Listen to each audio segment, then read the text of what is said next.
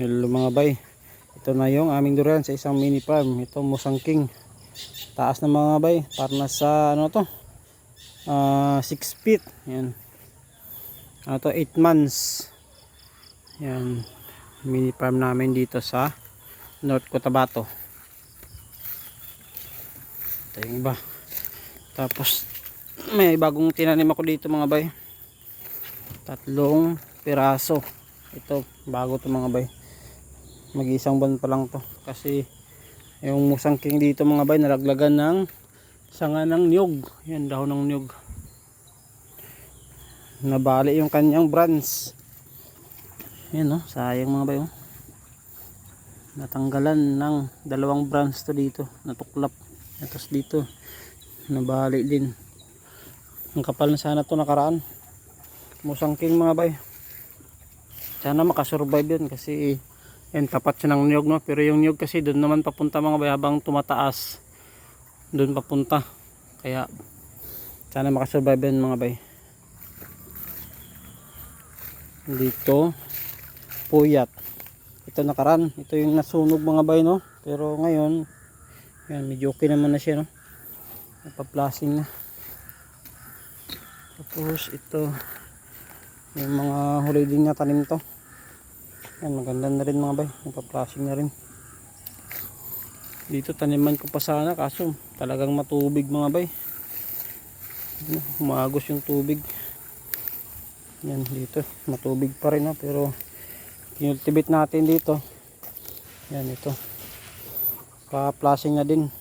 Nakaraan kasi mga bay, yung hindi ko pa natanim yan, parang mamamatay na yung seedling niyan kasi kinapitan ng damo. Tapos ito yan, maganda na rin, nagpa-flashing na din siya no. Nakaraan ano din to, parang masunog yung dahon nyo, pero ngayon sana tuloy-tuloy na ito mga bay. Ito yung mga nasunog nakaraan.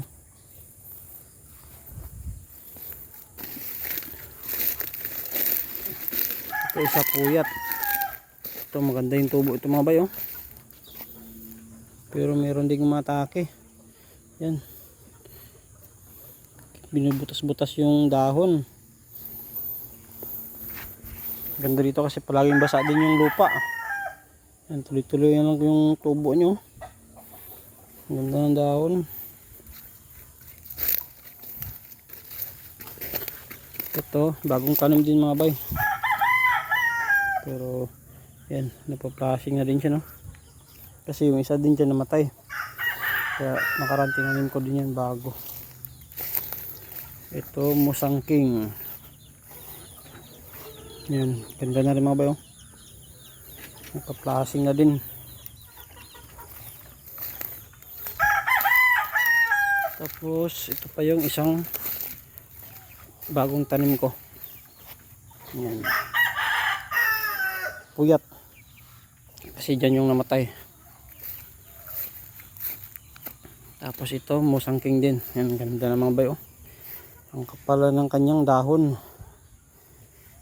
Subukan ko to ngayon i-ano mga bay, pruning.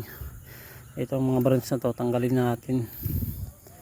Yan, tapos katulad nito mga bay no, ito tatanggalin natin to para dito mag-focus.